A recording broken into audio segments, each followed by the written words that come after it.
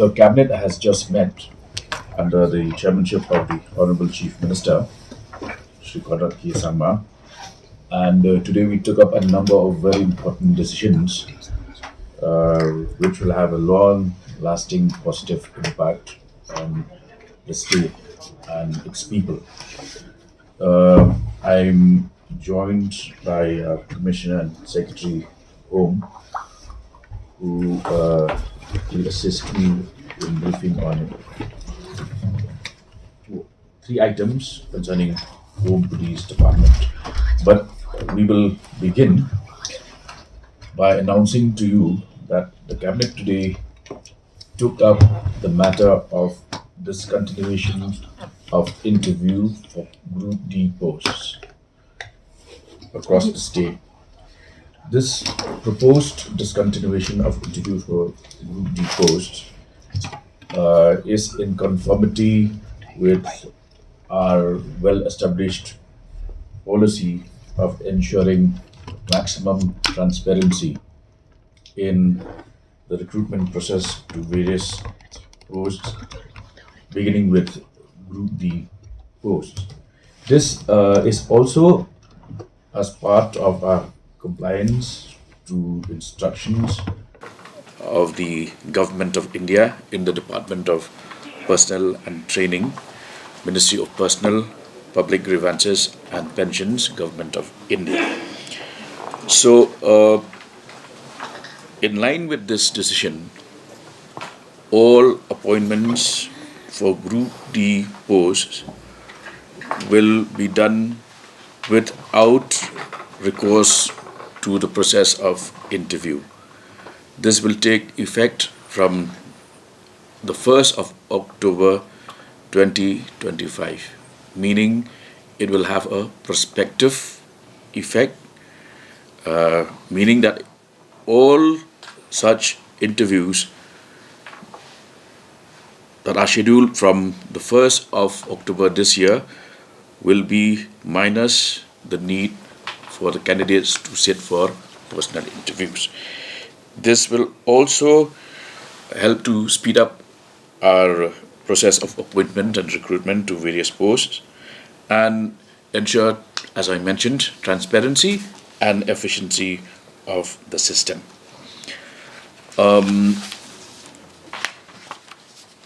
On matters relating to rules which have to be adopted by the state government, I would call upon Cyril to brief you on items 3, 4 and 5, right? Yes, sir. The state of Meghalaya, like the rest of the country, has brought into force 3 new criminal laws, namely the Bharatiya Nyaya Sanhita, the Bharatiya Nagrik Suraksha Sanhita, and the Bharatiya Sakshya Adhiniyam with effect from 1st July 2024.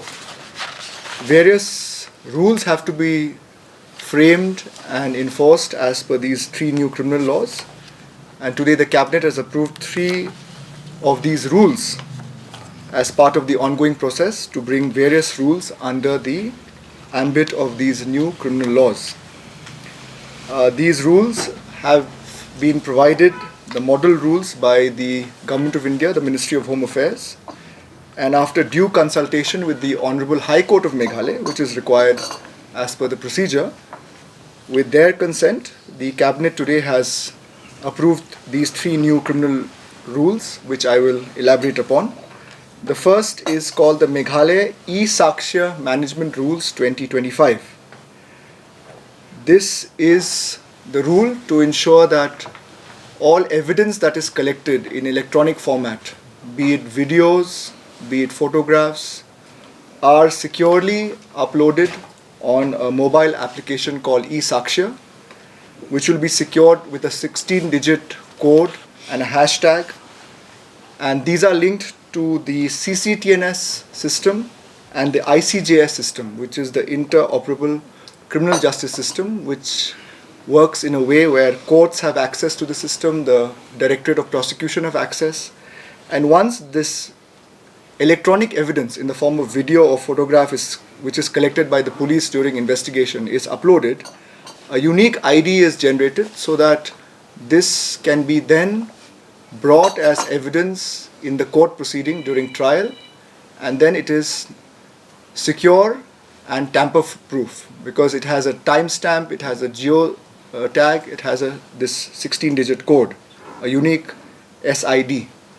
So this will ensure that the evidence collected is having full integrity, it is tamper-proof, and the courts can then rely on this video evidence, photograph evidence, to try cases under various provisions of the criminal laws. So this is the first rule that I spoke about, the Meghalaya e-Sakshya management rules. The second rule that the Honorable Cabinet approved today was the Meghalaya Electronic Processes Issuance, Service and Execution Rules 2025, which have been framed under Section 64 of the Bharatiya Nagrik Suraksha Sanhita.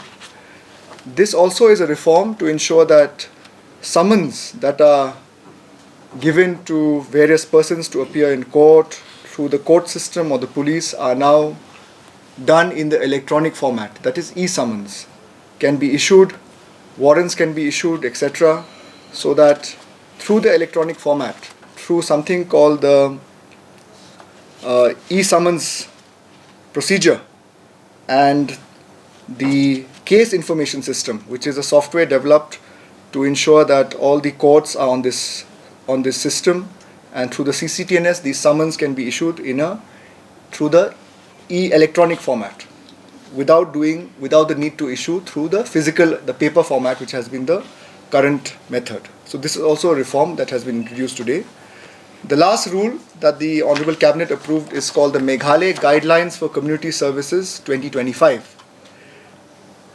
Now this is also a reformative measure, as we know that when a person commits a crime and is convicted, usual punishment is either imprisonment in a jail or a fine.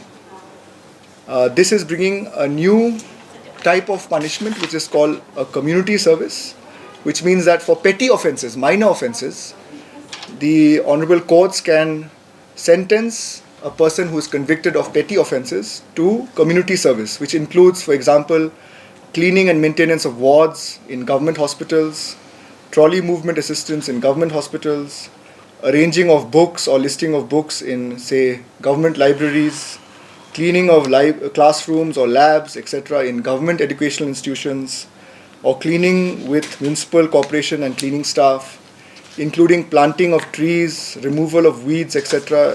In plantations run by Forest Department. So these are basically community service that the person who's convicted of minor offences has to undertake to serve as a sentence after conviction in a court of law. So to summarize, these are three new criminal laws, three new criminal rules which have to be brought in line with the rest of the country as per the mandate from the MHA to take forward the implementation of the three new criminal laws in the state of Meghalaya, which have today been approved by the Cabinet after due consultation and approval from the Honourable High Court of Meghalaya. Thank you.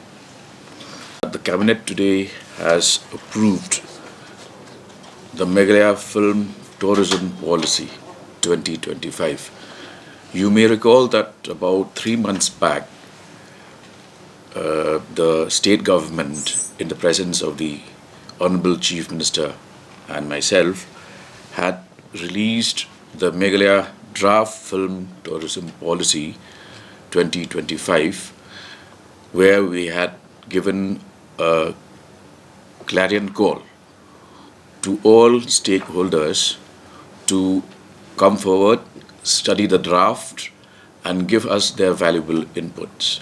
We are happy to share with you that we received over 200 such inputs from various stakeholders who are interested in the film industry, and more especially from local film makers and film producers. So having taken the various inputs and incorporated the same in this policy, today we brought the policy before the Cabinet. There was a very detailed and intense discussion, after which the Cabinet had approved this policy. Now, In the first place, why was there a need for this policy? The Meghalaya film tourism policy seeks to focus on the fact that Meghalaya has huge potential to attract filmmakers from across the world. We would like to promote national and international films, media productions, also to establish Meghalaya as a hub for film making in the Northeast, and to develop a robust infrastructure for across the state. Now, as part of this policy, we have structured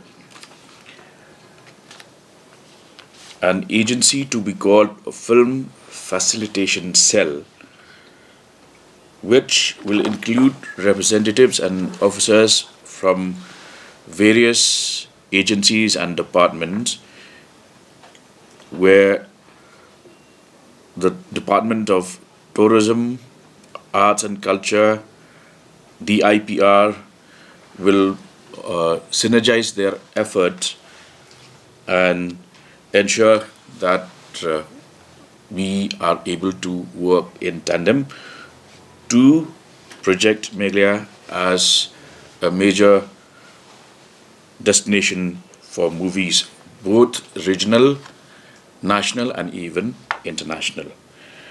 So we will share these details with you. You can go through the policy, but briefly, what we have decided is to incentivize filmmaking in Meghalaya, where various slabs of movies will receive support through subsidies.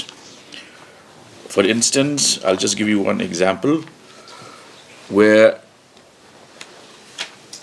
films made in major national languages and even international languages,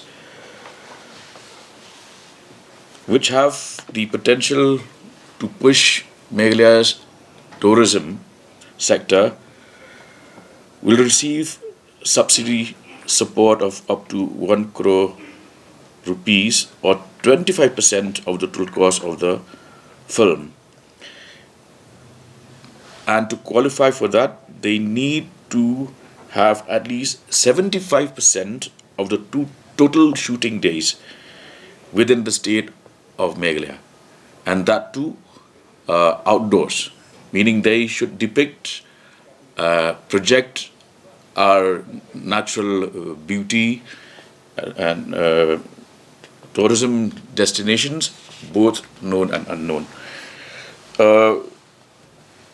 We also are supporting local cinema, and I'm happy to share with you that local film producers in Khasi Panar and Garo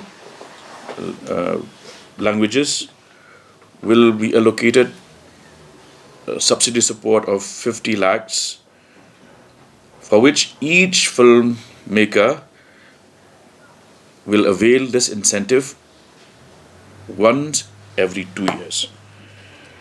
There will also be support for the making and production of TV serials and shows, web series and original shows to be displayed on OTT platforms.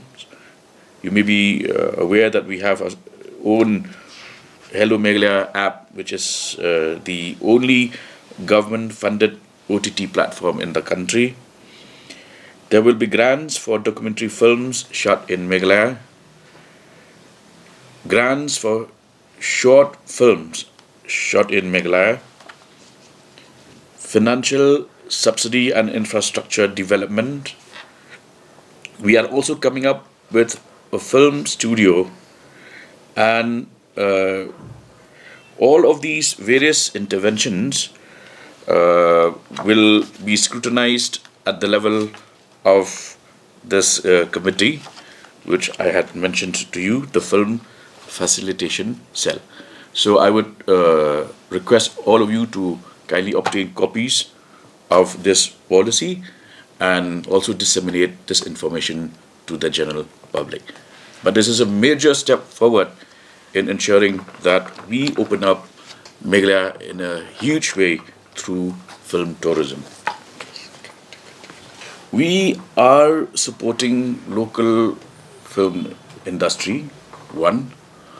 Two, we are also incentivizing national films, say films shot in major national languages, whenever they come to Meghalaya. And as I mentioned, the number of days, we will be providing subsidy support where they qualify by having at least 75% of the total shooting days here in Meghalaya. And as you are aware, we also have announced the creation of film studio, and to also support private individuals. We have in fact repeatedly called for interested filmmakers to participate. There is an online application system. All details are in this booklet. We have already started a conversation with a few interested groups. So in the initial year, we plan to cover this state capital of Shillong and the district headquarters, Nongpo, Jawai, Tura. So as and when there are takers, we will take the conversation forward. It's already part of this policy, so I would request you to go through this policy. It's all, everything has been properly documented in this policy. For anybody, as I mentioned, we are supporting local filmmakers to the tune of 50 lakhs for each movie made in local indigenous languages, and each such filmmaker will avail incentive once every 2 years. Meaning this 50 lakhs, the amount of 50 lakhs will be accessible to that filmmaker once every 2 years, to the same filmmaker. In the category of national and international films, in order for filmmakers to be eligible, they have to have at least 75% of the total shooting days of the movie within Meghalaya. And that also has to be outdoor. I mean, not in some hotel, not in some resort, for the obvious reason that we want to depict Meghalaya and its natural beauty to the outside world. Eligible films made in major Indian languages, meaning you can have a Meghalayan also making such a movie. But obviously there'll be more. So a Kannada filmmaker would come from outside. You don't expect somebody from Soyang to make a film in Canada. Number one, we should understand the context that this community service is nationwide. It's not something unique to Meghalaya.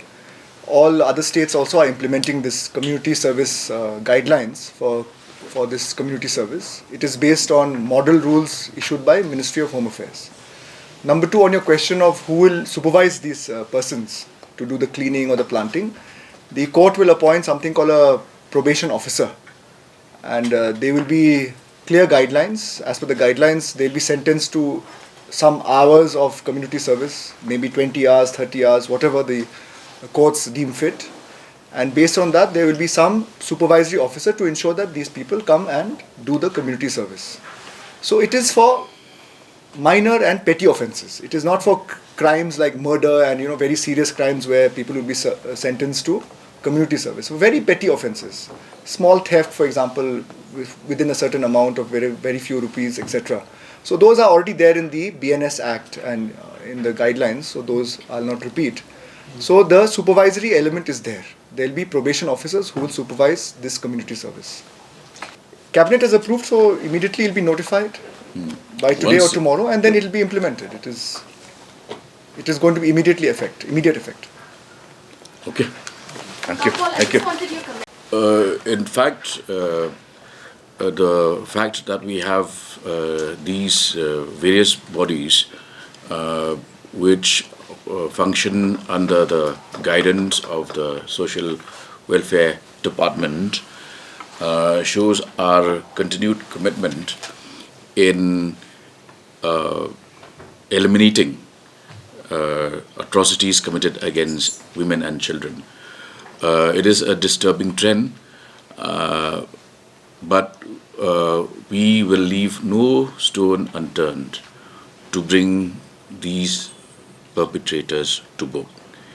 And I'm happy that the various commissions and committees under the department are functioning really well, and we have committed and capable leaders heading these various committees and commissions.